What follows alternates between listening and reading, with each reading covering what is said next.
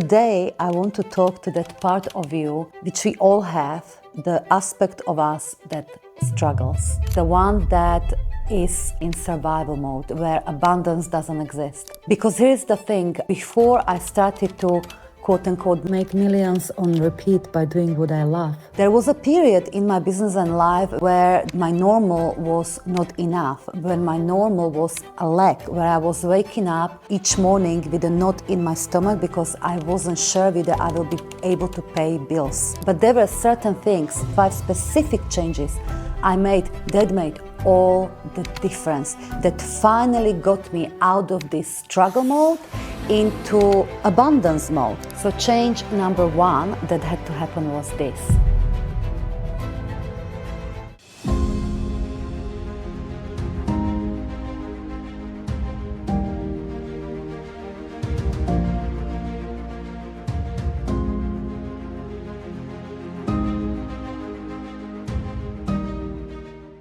Hi, my powerful one. If we don't know each other, my name is Lenka Lutonska. I'm an author of Energetic Selling and Marketing and a founder of Business Energetics. This is not a very popular topic. Who wants to talk about struggle? Who wants to talk about lack? Who wants to talk about hardship? But you know what? It doesn't matter where you are in life and in your business. We all sometimes find it hard, or we all sometimes find ourselves struggling through something. So yes, I want to talk to that aspect of you today and help you to really get out, finally get out of struggle mode and get yourself into a lot more abundance mode and a lot more flow mode. Okay? So change number 1 that had to happen was this. I simply stopped tolerating playing small and I declared who I am. Let me explain. There's a story behind it. I will share a few stories from my past. I always wanted to coach people, and I've been a coach forever and ever. I studied coaching to the highest level. I was training others to coach. I love coaching. But at that time, at that 2-year period of struggling, I had hardly any coaching clients, and I remember literally crying out of pain because I wanted to serve so much. Anyway, so when I had some client, oh my goodness, I was so grateful. And I invited this particular client to a local hotel, and we had afternoon coffee together, and she was receiving intensive coaching, and it was amazing.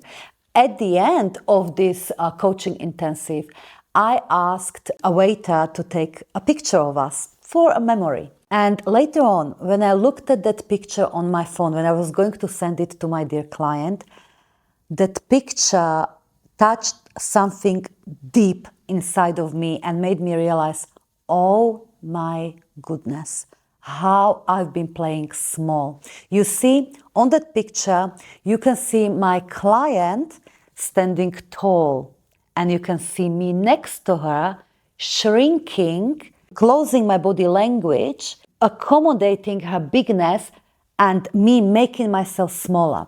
So I was crouching a little bit. I was essentially with my body making myself smaller than I am. So it looked like I was the one who really needed confidence coaching. And that picture really showed me so clearly, wow, Lenka, you really are thinking small. And when you think small, that translates into absolutely everything, including how you carry yourself, how you take pictures. So that was a very powerful moment in my entrepreneurial journey, and one of those big change moments that got me out of that struggle into abundance, because I told myself, no longer am I going to tolerate playing small. F it, like literally F it. I'm no longer available to it.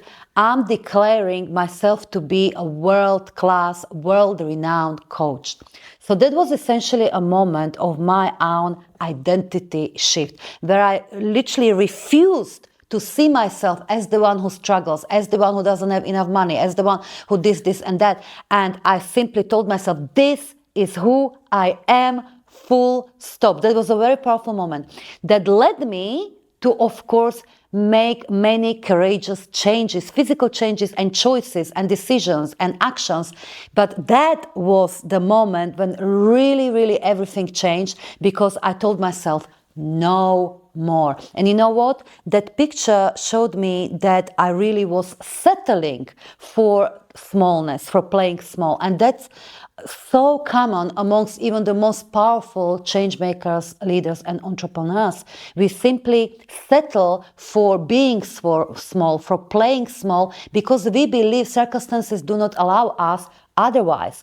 And so, because that picture was painful, it was painful to see myself like that on the picture, and it was painful to see the other costs of playing small, such as the daily struggle, such as this or that. So I simply told myself, no more playing small. I'm not small. I'm a world-renowned coach. And from now, I'm going to make choices that match that identity, even if it scares me. And in fact, that was the change number 2 that led me to finally got out of that struggle and not enough mode and into abundance. And that was that I started to make choices out of my vision rather than my current circumstances, out of my bigness, out of my declared identity, who I am, world-renowned coach, rather than my current self, rather than out of my fear. Because there's always these 2 aspects of us, 2 parts of us. One, I call this aspect of us little human, which of course includes our programmed subconscious mind. And it includes all of our past decisions, past experiences, all that we know. So our little human, or if you like, ego mind identity, will always try to protect ourselves, protect its sense of identity. Stay where you are, stay where you are, stay where you are. It's safe. So this aspect of ourselves does not like quote unquote risk, doesn't like big changes, doesn't like big leaps, and so forth and so forth. That's how we're wired physically, neurologically, psychologically. But each and every one of us will have the bigger part of ourselves, that inner voice that whispers to us, hey, my darling, you can be this, you can have this, you can do this, something bigger, something more meaningful. Trust it, trust it, trust it. It goes without saying that that moment when I stopped settling for playing small and declared myself as a world-renowned coach, I started to make far bigger, courageous choices, decisions, and actions that were vision-based, not fear-based. For instance, one of those choices was completely shut down my only source of income, which at the time were a few offline entrepreneurial groups, like a networking mastermind groups. And I closed it all because I declared who I am. I'm a world-renowned international coach, a global coach. So no longer I'm going to quote unquote play in my backyard. I'm opening myself globally. Was it scary? Oh my goodness, it was so scary. I didn't have just myself. I had my young family. At the time, we had 2 boys. My husband was on a very, very modest salary, which just wasn't enough. And those little entrepreneurial networking groups were giving me this little income, but that's all I had. So it was incredibly scary to shut it down and go online. In fact, I just opened a Facebook group and I said, hey, here I am. I'm a global international coach.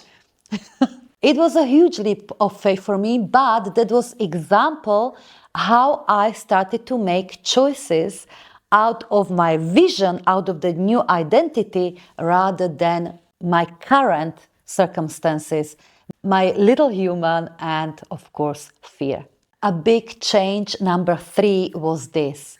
I started to take my vision, my desire, as universal guidance rather than fantasy. That helped me so much to actually start making those courageous, big, bold, million and vision-based one, or it felt like million and one networking event where I was speaking.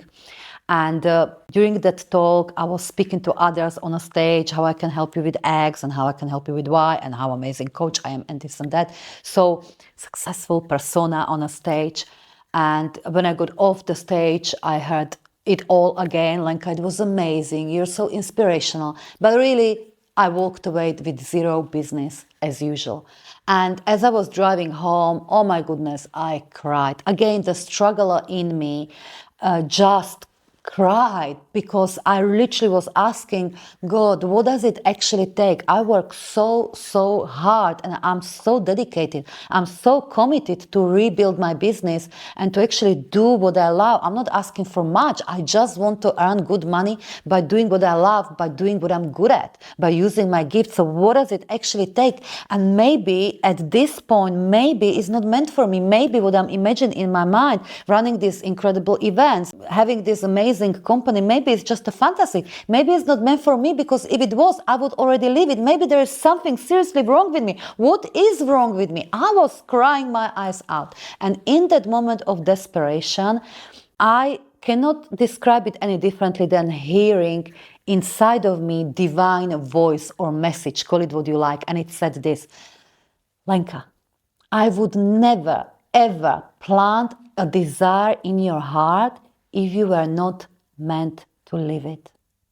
In other words, it's in that moment when I understood viscerally, not just cognitively, that desires that we carry in our hearts are voices of our souls showing us who we're meant to be.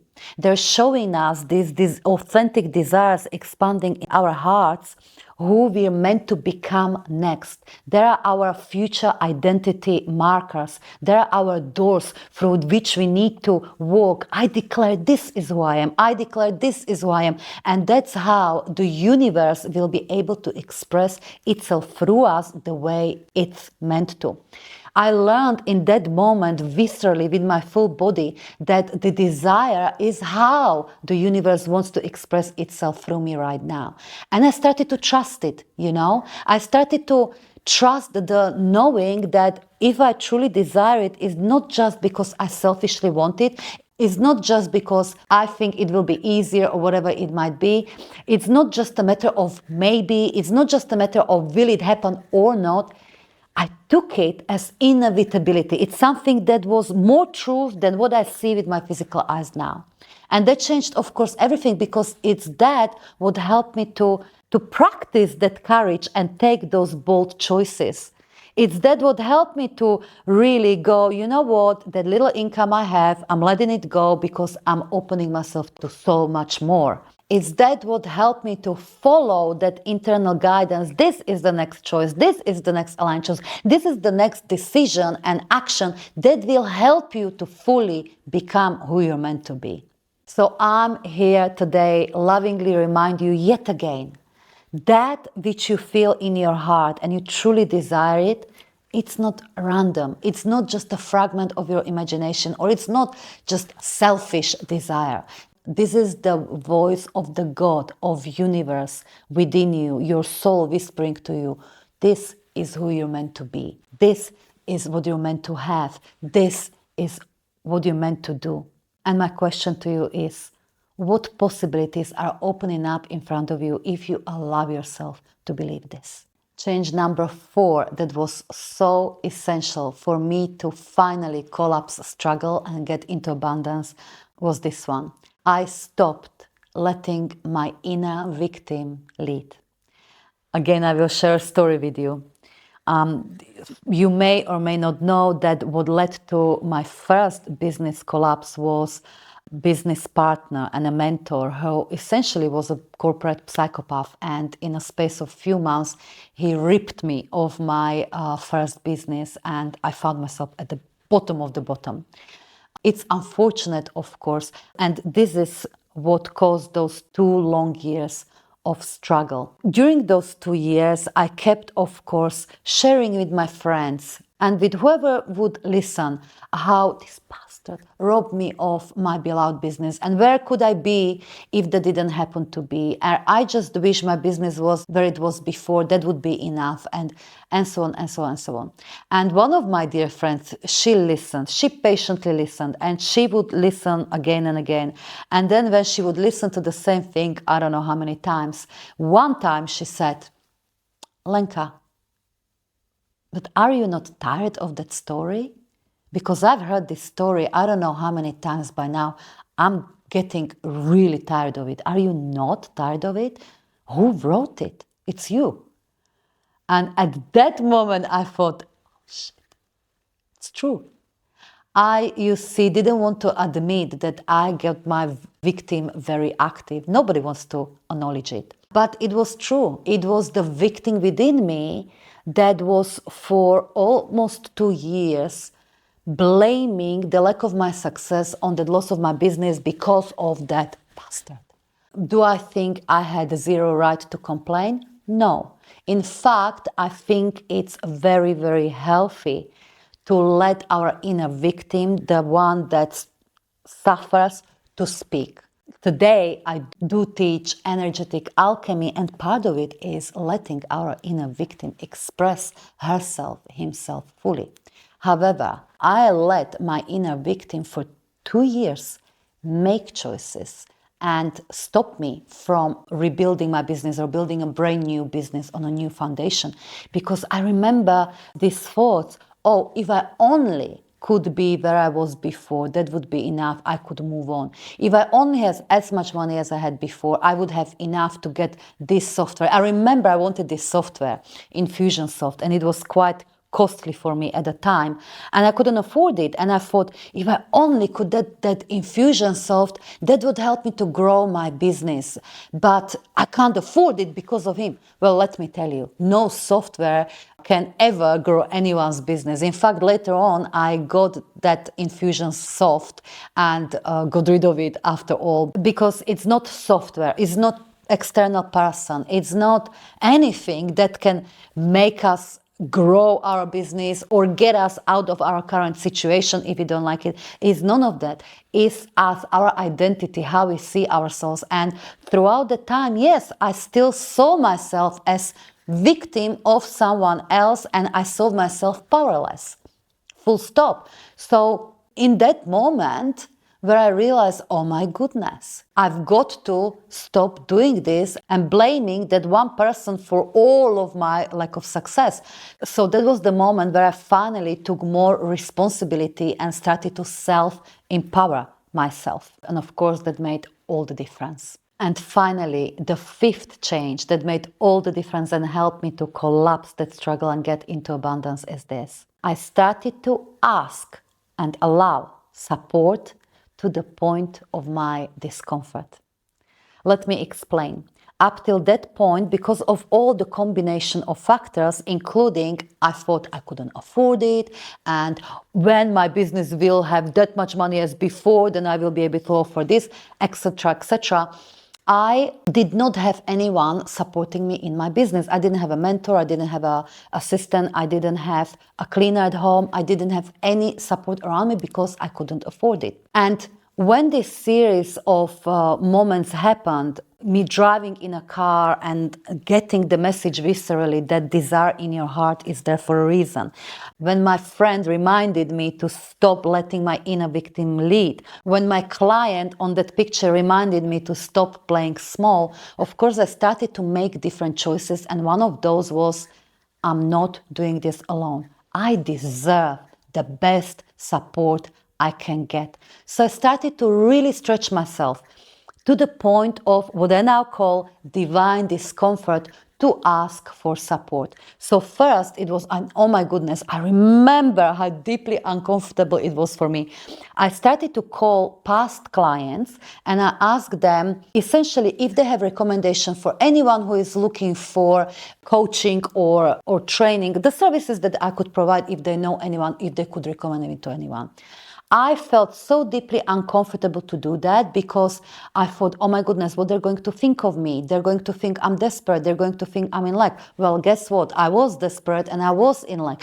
But the point is, I really started to practice the asking muscle, and guess what? I had so much response from my clients. Even if they couldn't help me, they gave me encouraging words, and some of them recommended me to other people. It did lead to more business, but that was just one way how I was really stretching my asking muscle and my support muscle. Then I hired my first coach For the money, I thought I don't have. All the while, there was a credit card with the funds available, but because I was struggling financially anyway, I told myself, no way, I'm going to get myself into debt. So I cut that credit card. So I use that money on that credit card to get myself a first mentor I resonated with, got myself into that energy of thinking big, into that community. Oh my goodness, did that help me massively? I got return on investment back very, very quickly. I went and hired my first assistants, in fact 2 assistants in a matter of few months. Again, to the point where I was feeling uncomfortable, and the cleaner. So I felt like, oh my goodness, but can I afford it? I can't afford it. Well, I told myself, no, I can't afford it. It's a mindset. And while I'm paying my support, I'm going to really focus on activities that actually create money, that actually create clients. So I was practicing, again, more asking and selling. So I was practicing with my humble heart, picking the phone, calling people, asking for business, offering my services, writing newsletters, and so forth, while claiming more support, asking for more support, allowing myself more support to the point of discomfort. Huge difference. This allowing myself to be supported really led me from there, from those humble beginnings, all the ways to running this incredible international business and making Business Energetics what is it today. And I still, even today, I'm always asking myself, am I supported as powerfully as I can? Or am I holding back somewhere? Am I falling back into, oh, I can do this myself, or I don't need more support? I always check on this because it's so very easy to fall into what I call prostitute archetype pattern, where we want to do it all ourselves because we'll do it better, because we can't afford it, because blah, blah, blah, blah, blah, because there's no need. But you see, the most incredible limitless success and abundance is not built on isolation, is not built on proving and I've got to do it myself. It's not. It's a co-creation with the universe within, and co-creation with all the support that is available to you. We just got to learn to claim it. And that sometimes is divinely uncomfortable. So with that, I will close this video by inviting you to check on your current level of support. Are you supported as powerfully as you deserve? Look at your support at home and look at your professional support. And what about your business and energetic support? Is it as powerful as it's meant to be? If not, you know where to go. This is what the Business Energetics Collective and Business Energetics Academy is for. In Business Energetics Collective, which is our membership-based community, the global heartbeat of Business Energetics, I run monthly activations around the 6 pillars of Business Energetics that will help you to activate your next level of income, impact, abundance, and that self of yours that you're meant to be. Inside of Business Energetics Academy and its 3 core pathways, you do the full work, the business energetics in its fullness, so you can become a full reflection of it and let every aspect of your business and life reflect it. I have a little news if you haven't heard yet. I'm so pleased to say that one of our programs, the final pathway of Business Energetics Academy, Limitless Millionaire, has just been accredited by Coaching Association, meaning that if you would love to receive a professional accredited diploma in Business Energetics, yes, you can absolutely do that as part of Limitless Millionaire program. But most powerful change makers, leaders, CEOs, and women and men like you are not inside of Business Energetics Academy for the purpose of accreditation. But simply put, they know they deserve the most powerful support when it comes to their energy and who they are, and they deserve the most powerful knowledge how to work with their energy, which is the most powerful currency on this planet, and how to let it work miracles through all the veins of your business and life. So I invite you to explore Business Energetics Academy. We have an introduction webinar around the different pathways and what Business Energetics really is. You can check the link in the description below. And for now, I'm sending so much love your way and I want to hear from you. Which of these 5 things are whispering to you, hey, listen to me, adopt me, change this? Let me know. And oh, guess what? I have an idea for follow-up on this video where I would share my tips what to do when things feel hard. What tools I personally used when I found things like this is really, really hard in the moments or periods of hardship, because that too is a part of a healthy entrepreneurship and development. So let me know if you would like that video. Again, not very popular topic, but I'm here to serve you. So if that's something you would like, let me know in the comments below. All right? So much love your way for now, and I'll see you next time.